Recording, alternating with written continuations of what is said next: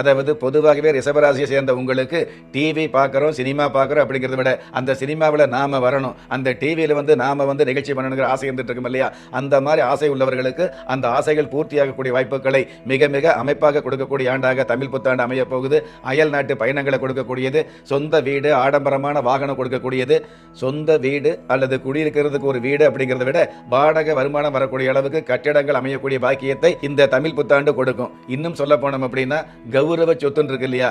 அதாவது நமக்கு நம்ம வாழ்நாளுக்கு தேவையான ஒரு சொந்த வீடு இருக்குது அப்படிங்கிறது சந்தோஷம் தான். அதை விட கௌரவமான சொத்துன்னு சொல்லுவாங்க இல்லையா?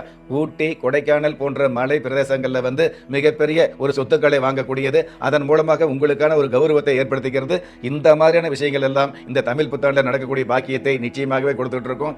உலக அளவில் பயணங்கள் செய்யக்கூடியது, வெளிநாட்டில் சின்ன சின்ன தொழில் செய்யக்கூடியது, அடுத்த நபர்கள் மூலமாக உங்களுக்கு நல்ல நல்ல ஒரு உதவிகள் அல்லது ஆலோசனைகள் கிடைக்கக்கூடியது, இந்த மாதிரி நல்ல விஷயங்கள் நடந்துகிட்டு இருக்கும். ராசி அதிபதி சுக்கிர பகவான் இந்த வருஷத்துல எந்த ஒரு ஆதிபத்தியம் இல்லாமல் இருந்தால் கூட மிகப்பெரிய பரிவர்த்தனா யோகத்தோடு இருக்கிறதுனால பல்வேறு வகையில் பண வரவுகள் கிடைக்கக்கூடியது.